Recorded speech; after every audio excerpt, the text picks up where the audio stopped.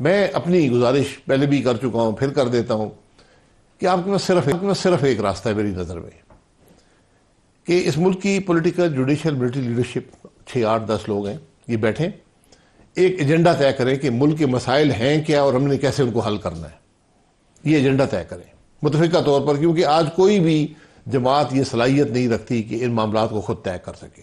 آپ یقین کریں ساری سیٹیں ایک جماعت کو دے دیں وہ نہیں کر سکے گی، یہ ایجنڈا طے کر لیں، پھر اس کے لیے ایک یونٹی گورنمنٹ بنا دیں۔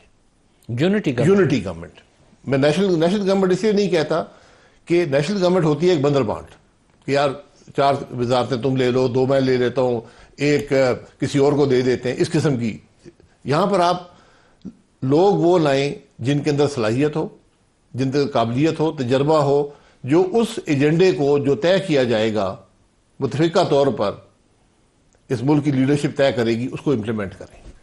یہ ایک واحد راستہ ہے آپ کے لیے۔ آپ کے مسائل بھی غیر معمولی ہیں، حل بھی غیر معمولی ہے، اور جو میں بات کر رہا ہوں یہ آئین سے باہر نہیں ہے۔ اچھا، آپ یہ یونٹی گورنمنٹ تمہارا لائن سے فی الحال باہر، یا آئین کے اندر اس کا تصور نہیں ہے؟ نہیں، بالکل، میں اس باہر نہیں جا رہا۔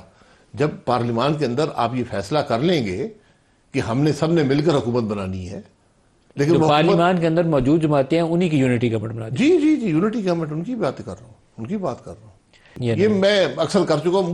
میں نے بہت سوچا اس بارے میں، ہر روز سوچتا ہوں کہ کیا راستہ ہوگا، مجھے یہی راستہ نظر آتا ہے، کیونکہ آپ کو پولیٹیکل کنسنسس چاہیے۔ ملک کے مسائل اتنے بڑھ گئے ہیں، ان کے حل اتنے مشکل ہیں، ان کا اثر عوام پر اتنا گہرا ہوگا کہ کوئی بھی حکومت، کوئی بھی جماعت اکیلے اس کو نہیں کر سکتی۔